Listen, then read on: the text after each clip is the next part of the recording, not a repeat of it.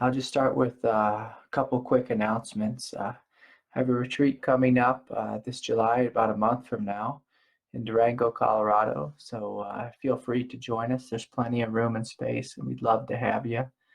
The second announcement is just a big thank you for the satsang donations. Thank you especially to Marianne Butch, Lisa, and many others. So a couple topics tonight have come forward, and lots of emails to get into, and so I'll try to be very succinct, in the class tonight. Tonight I thought, because it is Father's Day, that I would speak about embracing the divine masculine.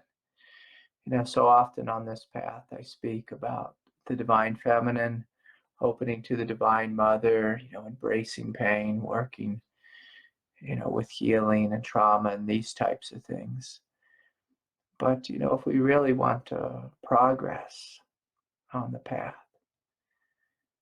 we must be balanced, both in the masculine and the feminine sense of self.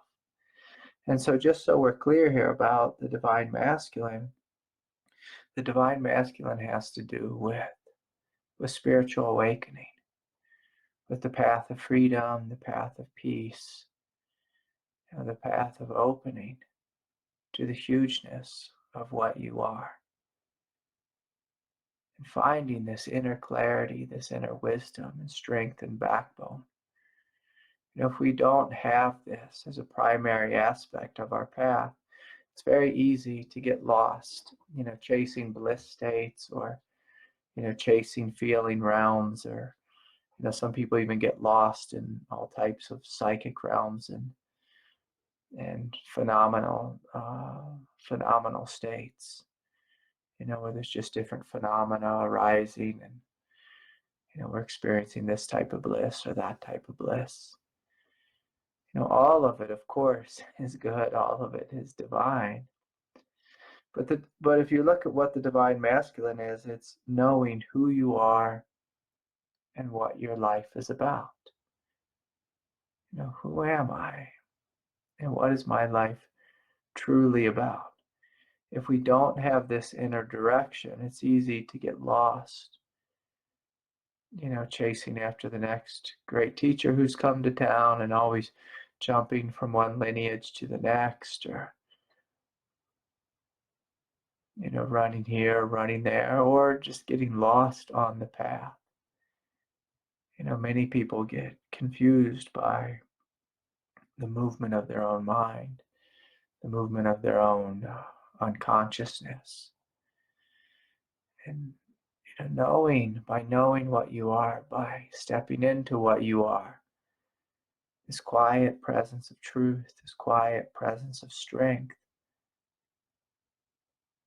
and we ask ourselves, what's really important to me? What's really important? This is a question for the divine masculine aspect of ourself. If we're feeling into the divine feminine, a great question is like, what's in me that needs to be healed?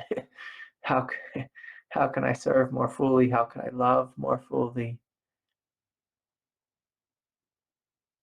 But the divine masculine, it's just about, this inner direction, knowing what is my life about, and pulling in all of your energy and walking in one direction. The direction of truth, the direction of peace, the direction of freedom, whatever it is. And there's, many times in our life when we kind of spin out in the shadow side of our feminine nature, which can be quite emotional.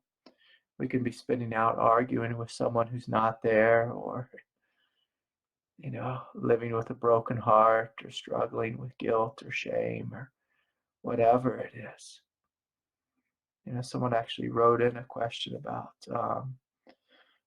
guilt and shame, and she said, "Dear Craig, can you speak about how we embrace the feeling of guilt and shame?" With any powerful feeling, when you're connected to the divine masculine within yourself, you're planting roots in your divine nature. You're saying, I know who and what I am. Who and what I am. The previous speaker, Dr. Jeffrey, the big part of his path is helping people to wake up. And it's one thing to wake up, it's another thing to plant roots there. And we may have this incredible experience, but we need to learn how to plant roots in our experience and say yes to this. This is what I am, and to claim it from a place of divinity. The shadow side of the divine masculine is we have great experiences and then they just come and then they go. And we forget about them. We get carried away by emotional states or whatever it is. But the divine masculine will have a powerful experience and then say, I'm claiming this, not from ego, but from the depth of our being, and say, I'm choosing to live, to embody what I am. I'm choosing it. I'm gathering up all of my energy, and I'm walking in this direction of truth, this direction of peace. And so in regards to guilt and shame, if we feel into the divine masculine, it can be this energy of just silently witnessing. And so taking a step back into the space of mindfulness and just noticing when guilt and shame arise within ourselves. And if you ever feel into guilt and shame, when I struggled with guilt for many years, guilt was like this heavy blanket that was covering me. This heavy weight, and it's almost like it squashed all my power out of me. And shame is basically like when you believe in the guilt, you believe that you are somehow wrong. Now, of course, there's healthy shame if you did something wrong. Like if you steal something from a store and you were caught, it's good to have a healthy sense of shame, a healthy sense of remorse. Like, oh yeah, I shouldn't have done that. That wasn't kind. It wasn't loving. Or when you see you hurt someone's feelings and they tell you, and you just feel, like kind of sad in your heart. That's healthy guilt. That's healthy shame, healthy remorse. That's a positive thing.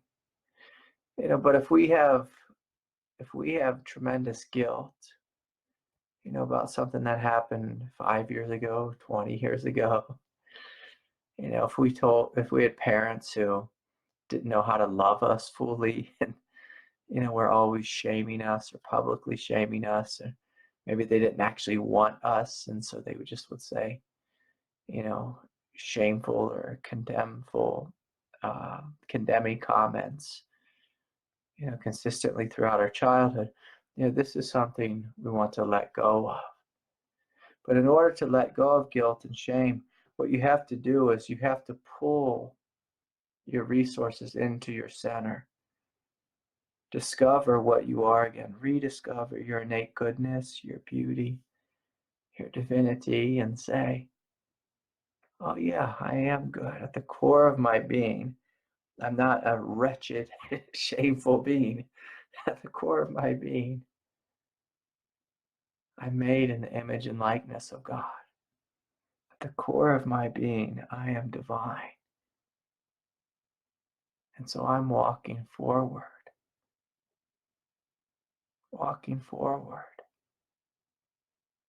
in divinity. And when you're walking forward, you'll notice the voices of guilt and shame. If they become habitual, it may feel like they're attacking you or they're fighting with your truth. To step into our divine masculine sense of self, it's this choice where we're saying, I'm walking forward. I'm not going to let guilt and shame weigh me down. When I was struggling with guilt for many years, I was a slave to it. I had some spiritual energy within me But instead I chose to listen to the guilt. And I just felt so defeated, so hopeless. And time again, I chose to listen to the voice of guilt. And finally, it got to be so heavy that I began to feel nauseous inside, sick to my stomach. And at some point, I just said, enough's enough. I must walk forward, knowing my truth, living my truth, and not give in to guilt and shame. You know, if guilt and shame are helpful, they're helpful in the moment.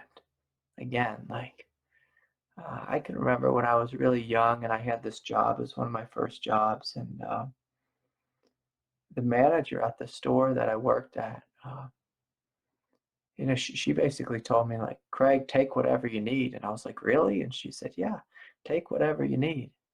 I was like, really? She said, yeah, just take it off the shelf, and you know, and here's a catalog of all the stuff we normally order. If you want to, you know, order some stuff for yourself, just take it. And I'll get it for you. And I thought, geez, okay. And she just kept encouraging me. And finally I said, okay. But there was a place within me that knew it was wrong. And one day, you know, the owner and I were doing inventory, and he started doing the math. And he's like, gosh, it just seems like it's not adding up. Like there's something really wrong in the system here. And eventually, you know, he found out that his manager was stealing, you know, huge amounts of his inventory. And then the silly young kid, Craig, you know, was following the manager's lead. And he sat me down in the office and he said, you know, are you taking things? And I said, yes, the manager told me. But I just knew as soon as I said it that it was wrong what I was doing. It was wrong. And I turned red in the face. And it was just clear, like that's healthy shame. That's healthy guilt. You know, I said, well, let me make it right. Let me make it right to you. And so, but guilt that we carry for many years, this isn't helpful. When you do something in the moment, you say you're sorry, you change your behavior. But if you did something wrong back in 1986, it's time to move on. Forgive yourself for being human. If you can make it right, make it right. But now's the time to move on. And the divine masculine, that's that sense of self where we pull together our strength to the center. Say, I'm walking in the direction of the truth. I know that I'm divine. And so I'm walking in this direction. So that's a great question. Great question. Here's another question from Bryce. Bryce writes, hi, Craig. Lately, I felt as though my consciousness has transcended even further. I've been feeling as though I am, in a sense, pure spirit or pure awareness. It's just beautiful. This is a wonderful manifestation of the divine masculine. You know, all the teachings on awareness and, you know, pure spirit. You know, this is the divine masculine. And he goes on to write, it feels a bit frightening, however, because I feel sensations like I am not my body and a bit disconnected from my body. I hope this doesn't become overwhelming. And so I encourage you, Bryce, to trust the depth of your being and walk forward.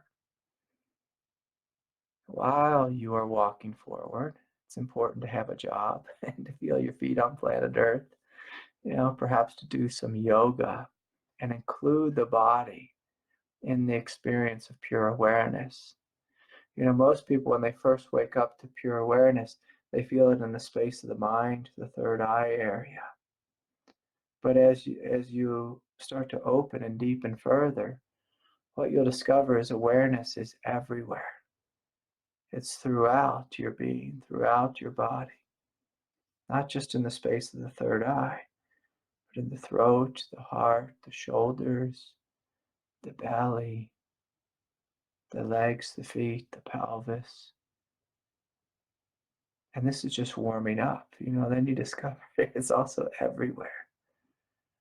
When we first wake up to pure awareness here, it seems like it's everywhere, but then oftentimes people say, but I don't feel like I'm in my body. It doesn't feel like it includes the body. True awareness includes everywhere and everything. And as you open into it, it can be disorienting, it can be frightening. But you must remember, you're waking up, Bryce. You're waking up. You're stepping into your divinity. Trust, let go, walk forward. This is a good thing.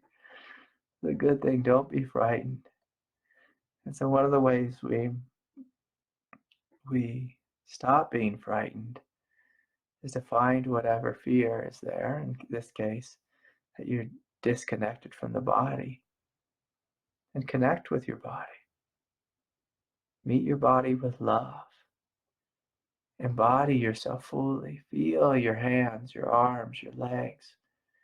And sometimes I feel my body and, it doesn't feel like like a flesh body.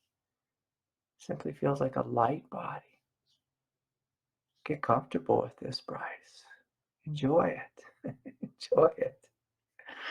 Our body truly is a temple. It's not just, the mind where awakening takes place. It takes place throughout our being. And so I encourage you to be inclusive.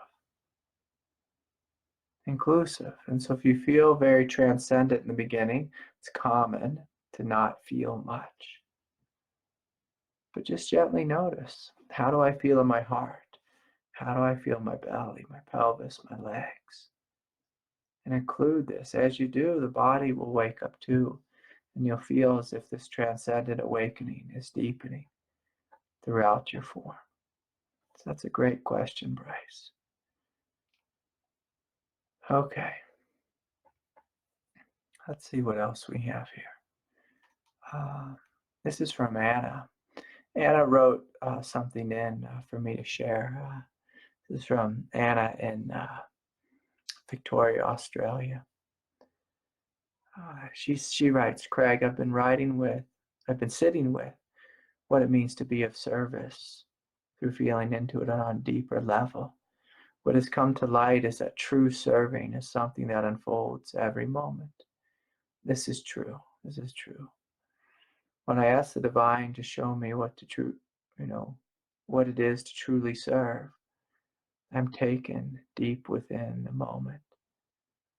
It's a deep inseparableness. And it's not always pretty and shiny and peaceful.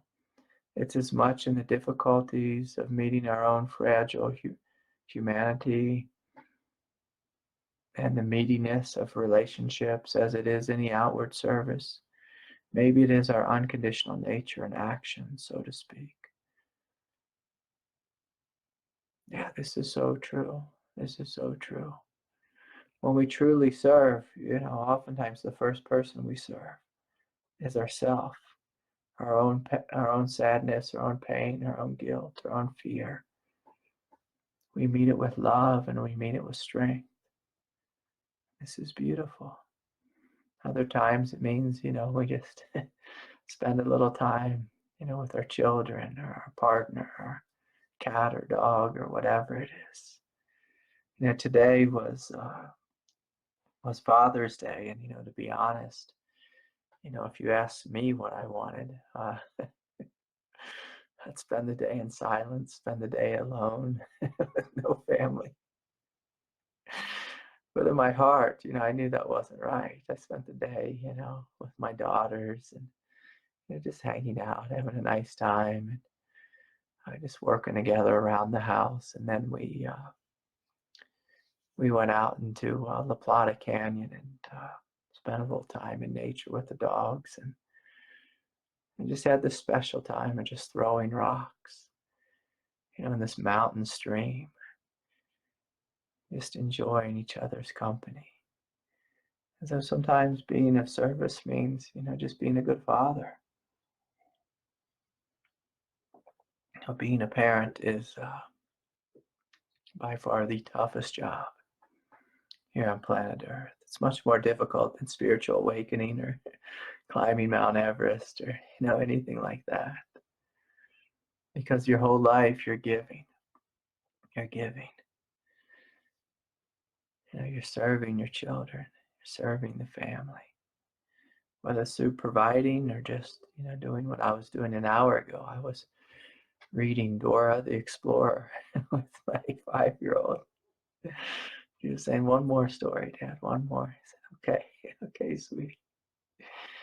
Taking good care of her. I have these little dogs too, and they're Shih Tzus, and so they, their hair is like our hair; it just keeps growing. It's not like a normal dog would just their hair will be one length and then it falls out, but their hair is like ours; it just keeps growing. And I have this little dog, Doodles, and he's really stubborn. He doesn't like getting a haircut, and so he's got some like dreadlocks, some mats. And so, for part of Father's Day, we were getting out the clippers and just holding him, and he can get a little anxious, when we get out the clippers and the scissors, and so I'm holding him, loving him, petting him. And this is the strength of the divine masculine. It's the willingness to hold someone, hold their hand while they're scared, whether it's a dog or a human being or whatever it is, and just a willingness to love them fully, and to be calm, to be quiet, to be peaceful. The shadow side of the masculine would be, being like a farmer shearing a sheep, where they're holding them down, choking them out, just shearing them. If you've ever seen that happen in real life, it will bring tears to your eyes, how violent that can be. Of course, there's some farmers who do it with a gentle touch, but, a lot of times it's just so brutal. So brutal. And I think poor little Doodles, he was a little traumatized when he was young. So he doesn't like getting his hair cut. I think he had some traumatic experiences with that. And so, being of service means you feel into the moment, like Anna is writing. Moment by moment, you check in, you see, you feel in your heart what's true right now. The shadow side of service is, always thinking, projecting your ideals onto others. Sometimes this comes out with missionaries. They go to foreign lands and try to convert the heathens, and it's like, no. These people are not heathens. They have their own truth, their own spirituality. Sometimes being of service means that we learn to listen. We learn to listen to each other deeply and fully. Deeply and fully. So anyways, thank you so much, Anna, for sharing. Let's just check out the chat here real quick. Okay, good. I have a question that came in. This one came in from Poland. This is about the collective shadow.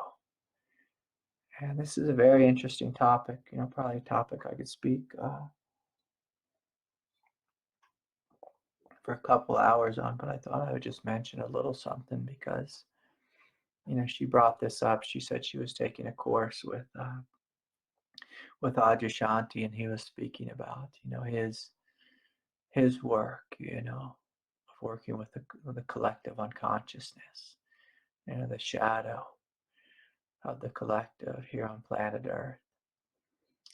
And, there's this thing that happens oftentimes after, it's post-spiritual awakening, that we can be in a place of absolute peace and freedom, and it can be quite wonderful. But then we come face to face with a very deep, dark, heavy energy. I don't like to use the word dark too much, but I like to think of it as the energy of evolution. But it's the energy of habit. If we look at unconscious shadow,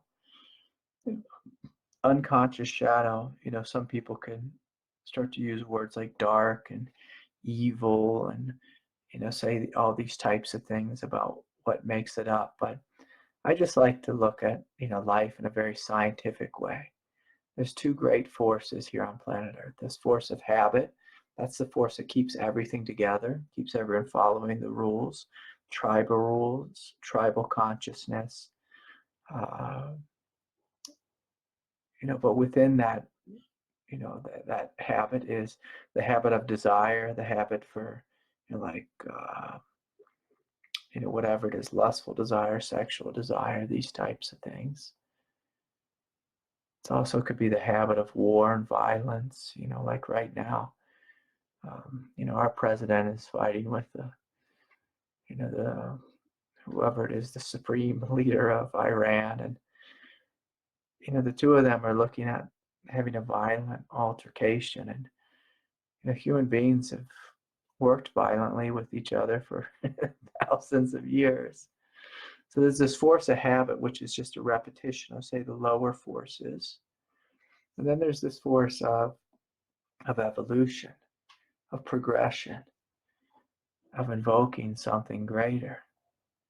And so when you become a being of light, when you become, you're moving far on the path, when you're saying yes to something higher, you will be challenged by that which is lower, by that which is habitual.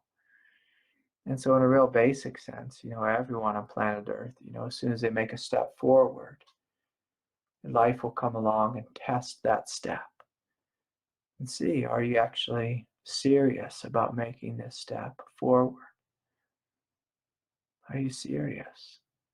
And when you say, yes, I am serious, and bring your attention, focus your attention on the truth and the progression, you grow. And then the collective shadow actually lessens. And so that's one way we all work with it. The fact that so many people are waking up so quickly now in 2019, that's kind of proof of evolution is happening and it's becoming easier for the collective. Back in the 1950s, not that many people were waking up. In the 1800s, 1600s, in the Dark Ages, probably even less. Even less. And so, one of the things this individual was asking me to speak about was, my experience with the collective shadow and, actually like going to war with it and, the difficulty of working with it.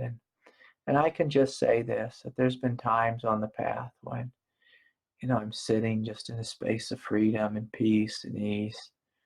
And all of a sudden I will feel an intense, heavy cloud come over me. Feelings of war, of violence, of rage, of rape, just utter terror. And these voices will temporarily plague my mind. And of course, my job, is to stay like this, in the peace, in the truth, knowing who and what I am, walking forward. Now, there's that old prayer, an old quote from the Bible, about walking through the valley of the shadow of the death. We're walking in the direction of God. We're walking in the direction of truth. And see, when we're working with the collective shadow, whether it's by choice or not, we have to walk forward, holding on to the truth. Sometimes if we surrender in that moment, and just let go, if we let go in the wrong way, and by that I mean in an emotional way, we can get really lost in that shadow and we can actually think there's something wrong with us. It can feel like we've developed mental illness. There may be voices in our head or screams or terror or fear, just overwhelming heaviness and darkness. And again, by darkness, I don't mean being attacked by demonic figures. What I really mean, I don't really necessarily believe so much in that stuff. It's more you just feel the heaviness of the shadow, the heaviness of habit. If we really look at what oneness is, oneness is oneness with everything. Most everyone on the spiritual path likes the experience of oneness with light, with love, with peace, with compassion, with unity, whatever, with the trees, the forest. But when individuals experience oneness with the collective shadow, oneness with genocide, oneness with violence, rage, or fear, it's very easy to get lost and think that you have done something wrong. And again, this is common on the path. We'll have an experience of awakening, and then boom, it'll feel as if we've lost the awakening because some energy comes along. But to live the path of truth, we have to be strong. We have to know who and what we are. And sometimes surrendering, in those moments means you hold on to your truth for dear life. You hold on and you say, I know what I am. I know what I am. And as you do so, as you become rooted more deeply in your divinity, again, the shadow lessens. You make a huge leap forward for planet Earth. All of us are connected through oneness. We are connected to the highest high and the lowest low. There's one mind here on planet Earth. Every human being has it. Every human being has it. And so in order to be awake, it's not just you individually being awake. Through the law of oneness, naturally, we want this awakening to spread through our brothers and sisters and to all of life, to include the planet, the environment. So this earth isn't a hell realm. And so many people live here on planet Earth, and it's like a hell realm. We have oceans that are turning into a hell realm. Because of, all the plastics and garbage we dump in the ocean and the oil spills. And I think last month there was like 30, I can't remember, big whales, sperm whales or blue whales washed up on the beaches of California. It's really sad, deeply sad. And so oneness is this willingness to work with everything, to open to everything, to invite everything to be transformed. Not just my own little private heaven world. That's a great start, but we don't stop there. We don't stop there. And so one of the ways we serve is through being a bright light in the darkness. And there can be times when you feel existentially attacked,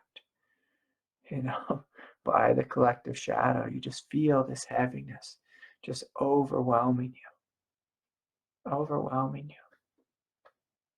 And you must say no. No.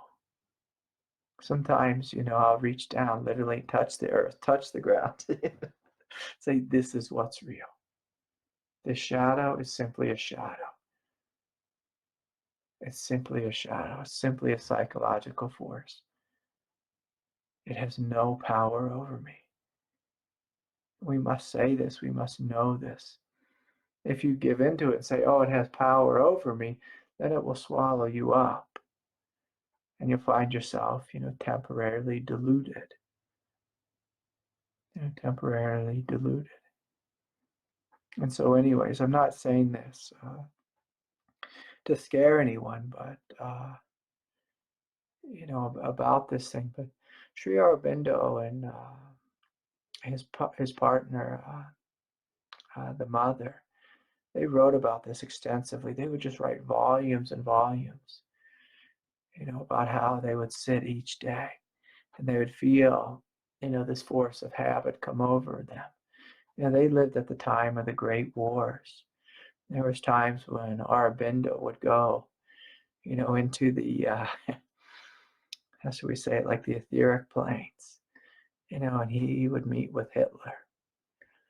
And, this is when Hitler was taking over all of Europe, and Aurobindo would try to mess with him, tell him, to fight the war on two fronts, when and this is when Hitler started to take on the Russians, and then, eventually this was his great downfall, because he was too spread out. But, Aurobindo would feel into that darkness, the darkness of genocide and the Holocaust, and he would show up as a being of light, this incredible being of light for the people there who were suffering, shining the light in the most horrific hell. And the violence, that he would face again and again. He had the choice to kind of just sit in peace and emptiness and freedom like the Buddha, but he chose to be a warrior of the light, a warrior of the light, and sit in darkness, sit in hell. Because the big truth of Aurobindo's teaching, the thing that he had such a hard time getting across, was he didn't want enlightenment to be an individual thing. He wanted enlightenment to be a collective thing, spiritual awakening to be collective. So all of his work revolved around trying to get his whole ashram to wake up, the whole community to wake up, the whole species to wake up. And so he was constantly in battle with, working with the animal aspect of the species, the rational psychological aspect of the species, and trying to invite these two to grow into something greater, so that we would open to divine intelligence as our being instead of thinking intelligence. Divine intelligence instead of thinking intelligence. We wanted to have a divine, what he called divine vital energy. This is what he called the emotional nature. So there was like animal emotions, then human emotions, and then divine emotion, divine experience, which is the experience of unity. And he saw his people in India suffering greatly, from the British occupation. I mean, India was once upon a time, maybe perhaps the richest country on planet Earth, if not the richest, but is incredibly wealthy. And the Brits came and taxed the hell out of them, and turned them all into workers, and for the British Empire, and just bled the country dry. And Aurobindo saw this suffering, and he fought hard, with the consciousness of imperialism to invite something greater to come forward, a greater democracy, where each individual is valued, where imperialism is, not the highest truth. And so anyways, let's see, there's some other questions here. It's good to see everyone this evening. One more question, but let's see. Just check in the chat. If anyone has a question, feel free to raise your hand or type it in the comments, or just let me know. There's one more question here. This one's from Aaron. It's actually kind of goes a little bit along with what I'm speaking about. Aaron writes, Dear Craig, I have a question after a shamanic healing I had the other day. The shaman told me that I need to do a better job protecting myself from demons. He put that in quotes. I agree, but I also told her that since I'm everything, in a non-dual sense, I just want to love, forgive all the parts of myself in a way it feels unnatural to put up rigid boundaries of separation, like I'm the light and I don't accept those dark energies. Could you address living with this paradox on the spiritual path, accepting the reality of spiritual warfare and also holding the truth of liberation? The deeper I go on the path, the more I've been forced to come to terms with the existence of spiritual warfare in all kind of weird, crazy, scary ways, and it's been confusing reconciling that with non-dual realization. Yeah, Aaron, so non-dual realization in its most basic sense is I am vast, spacious emptiness. Like what I am essentially in my essence is vast, spacious emptiness. All of you right now can feel into your body, to your mind, to your heart, and begin to experience this right now. This vast, spacious emptiness as what you are. And if you notice, there's an innate perfection in this. A timeless now, an eternal now. This supreme silence. And this is very much like us speaking about in the beginning, the divine masculine. In the most basic sense. So you feel into your essence and you notice what I am is complete. I am full, I am whole.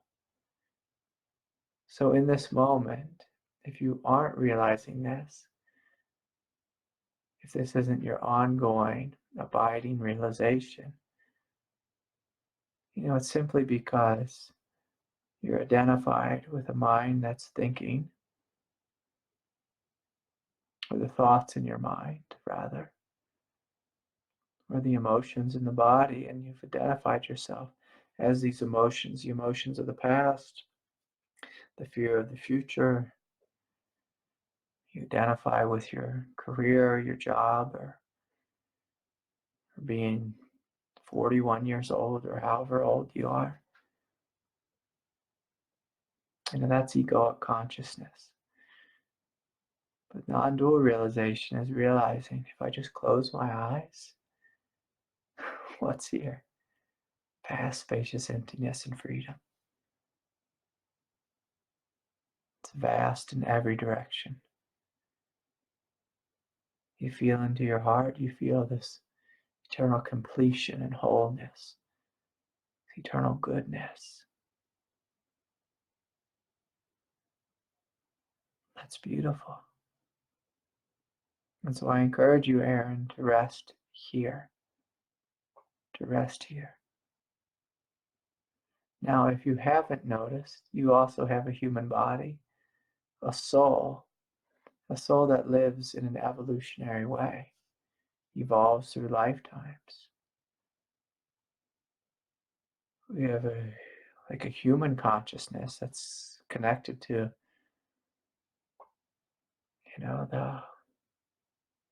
the collective consciousness and what I call the collective unconsciousness.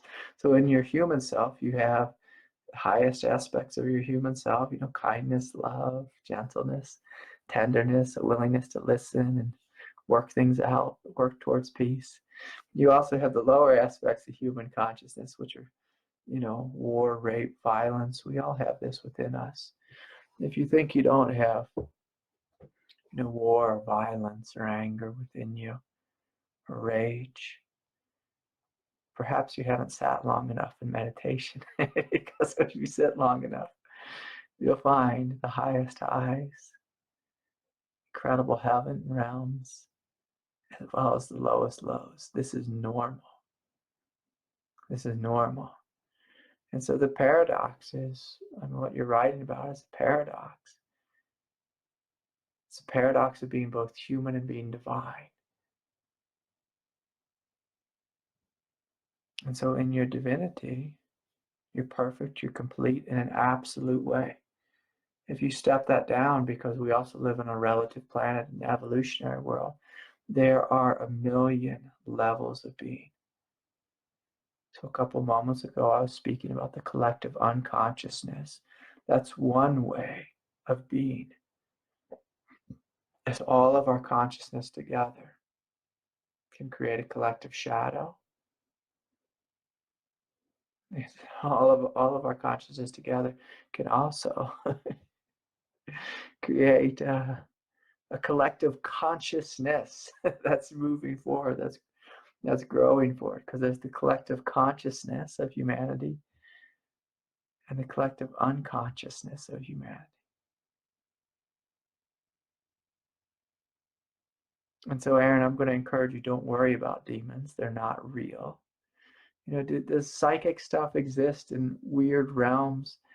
Yeah, sure. Sure it does. Can it actually harm you? No.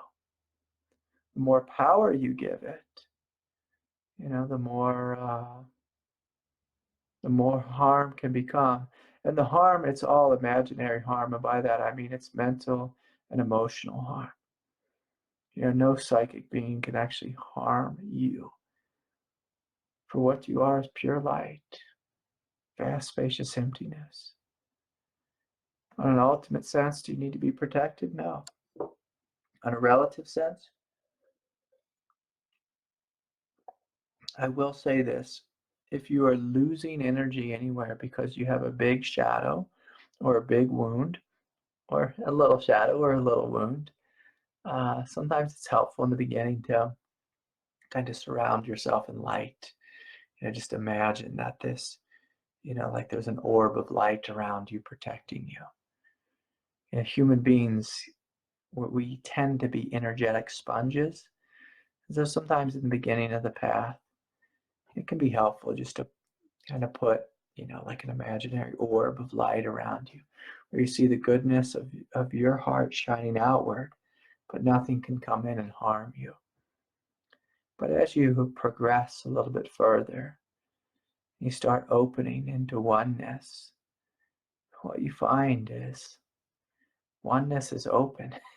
it's transparent. If you want to experience the benefit of oneness, we have no walls. No walls. But of course, it's healthy to have boundaries with your coworkers, with the relationships you're in, with whatever. But as far as, protecting yourself or putting up rigidity around you to protect yourself from demons, yeah, I wouldn't worry about this. I wouldn't worry about this, my friend. In truth, what you are is timeless.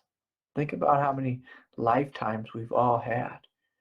We cannot actually be destroyed. Now, can we end our life here on planet Earth? Yeah. Prematurely, through making bad decisions or whatever? Sure. But even that, I think, is written.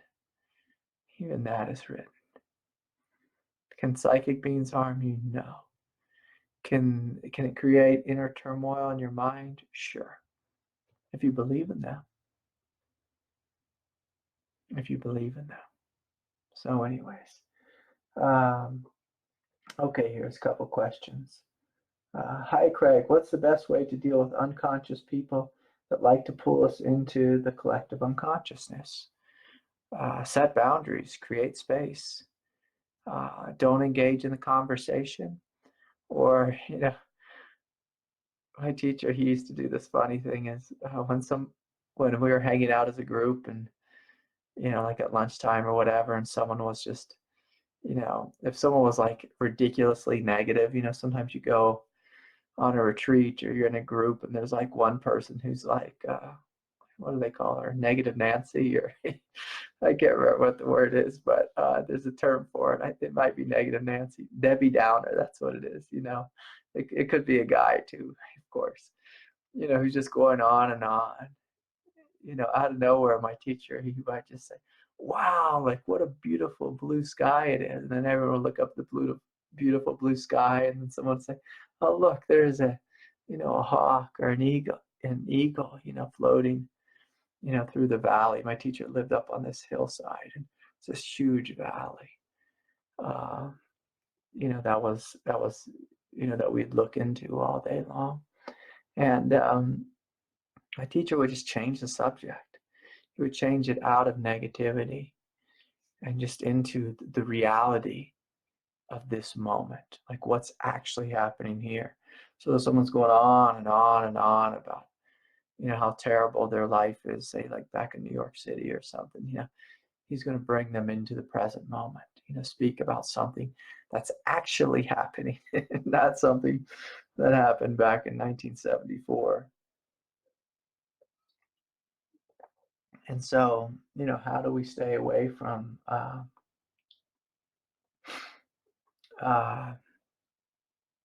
getting pulled in? One way you don't get pulled in is just knowing who you are, just standing in your truth and knowing who you are. I was speaking with my friend Suzanne yesterday, and we were talking, somehow we were just talking about something silly. And, the topic came up, basically I was saying, I can be friends with anyone. I can relate to anyone. It's just, something I've had since I've been young, is just this ability to talk to anyone. And somehow we were talking about, hanging out with rednecks, and I do have a redneck, by the way. And so I'm not going to say that in an offensive way, but we're talking about, and, I say, well, when I'm hanging out with them, I just talk about, motorcycles and a pickup truck or whatever it is. And because I grew up in an army family, I can even talk about guns, and just, just have a fun time just talking. But what I can't tolerate is when, sometimes within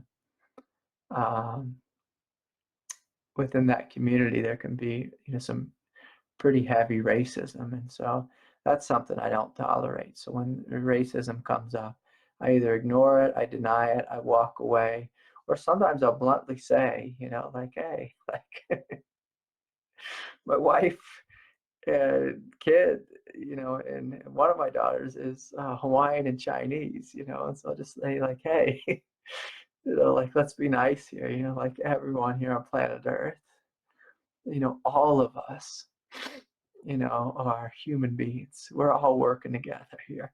We don't need to be attacking each other in any way, and so if someone's making fun of this or that, sometimes I'll say, I have a lot of friends who are whatever, Hispanic or Chicano, and just say it, just say it bluntly and invite them to see that, hey, I'm happy to talk trucks with you, but also if we're going to be racist, I'm happy to correct you in a way that's actually supportive, in a way that they can hear.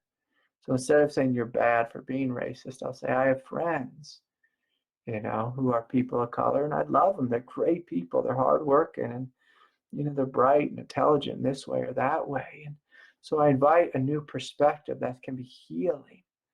And so I don't let myself sink into their hell.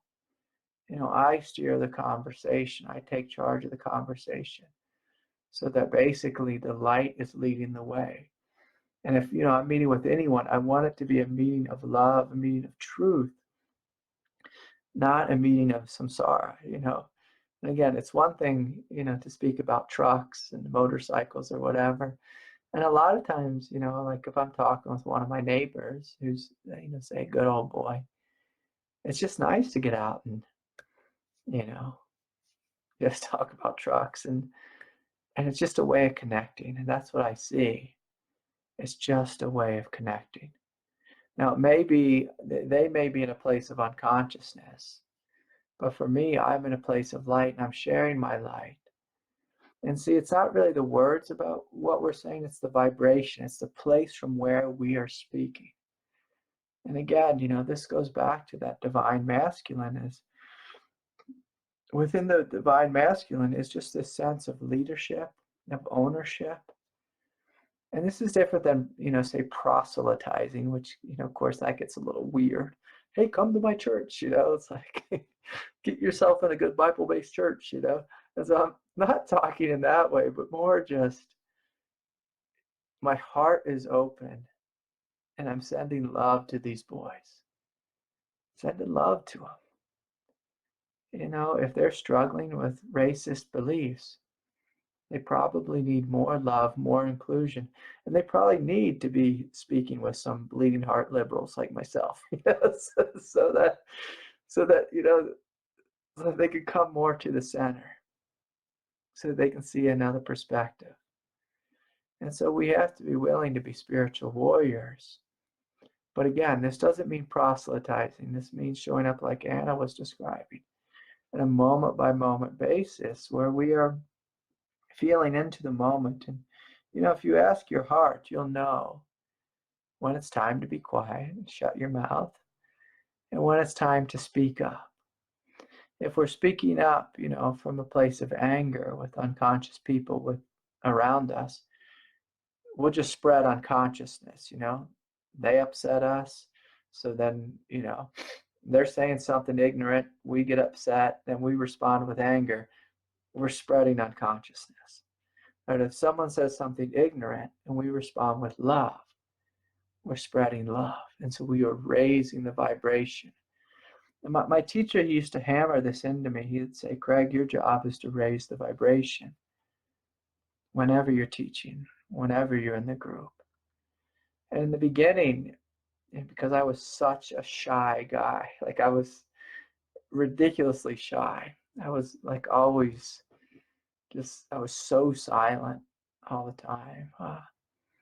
When I'd be on retreat and working with my teacher. And so I had this habit of shyness, this habit of fear. My throat chakra wasn't open. I had all this grogginess in my voice, and that was really kind of awkward. And so it took me a long time to learn to stand in my truth, to speak my truth. But in order to speak the truth, of course, you have to know the goodness of your being. And as you wake up to the goodness of your being, you start to see it in everyone. Even if they're deeply wounded or deeply unconscious individuals. And this is another thing my teacher taught me. He said, Craig, first and foremost, you see that everyone is God. Everyone is divine. Everyone. Their human self may be plagued with ignorance. May be plagued with ignorance. But, it's our job is to share the love. And sometimes sharing the love doesn't mean we say, come to our church, or let me tell you that everything is oneness. Sometimes sharing the love means we just sit and listen. Listen. There's been times when I've just sat and listened to someone tell me what a horrible man President Obama was for 5 or 10 minutes. and I personally was a fan of Obama. I thought he was a pretty all right guy.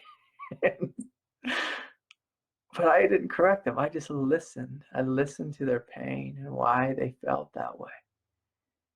Why they felt that way. And what I saw was, they were pretty much just overwhelmingly biased because of the news station they were listening to or whatever it was. And I just listened, in a loving way. In a loving way. I didn't fight with them. I didn't go on an offensive, say, well, your Trump is an idiot or whatever. I just listen sometimes. Just listen.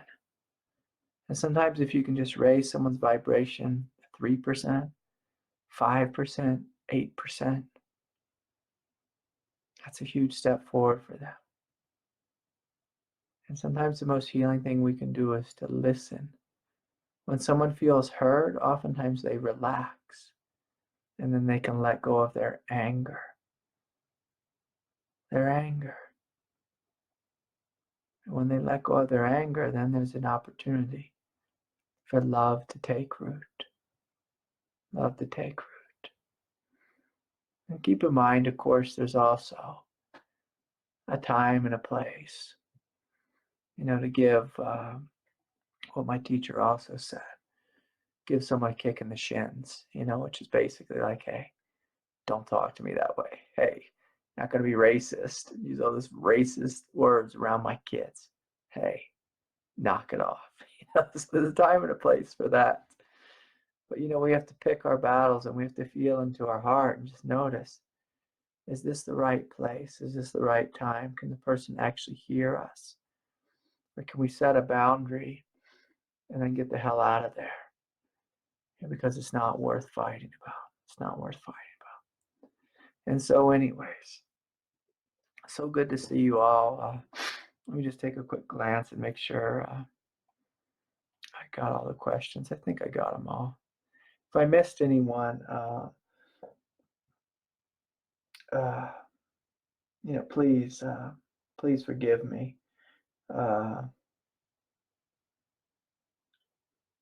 Yeah, and so here, this is one from, it looks like it says Lynn. In a world where, we can be anything, be kind. Yeah, this is good. Be kind, be loving. Thank you, Lynn, for sharing that.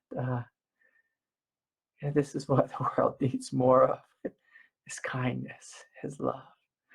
And so, thank you all for your support. Thanks, everyone, for coming in tonight and sharing your hearts with me. If you want to offer a donation, it's greatly appreciated. You can visit craigholiday.com for details about that. You can also see my upcoming retreats. I'm going to have one here in July here in Durango, Colorado. After that, in August, I'm going to be in Cincinnati, Northern Kentucky area. I'll be doing 2 days of satsang there. Sometime in August, I'll have to put that up. And then after that, I'll be at the Science and Non-Duality Conference in October. And in November, I'll be back in Cincinnati, again, teaching there. And then hopefully in the winter, I'll be back in San Diego for a wintertime retreat there. So may peace be with you all. It's so good to sit with you. And look forward to seeing you again next Sunday night. If you want to join us for meditation, that's Wednesday night. Details for everything's on my website. May peace be with you all. Have a wonderful night.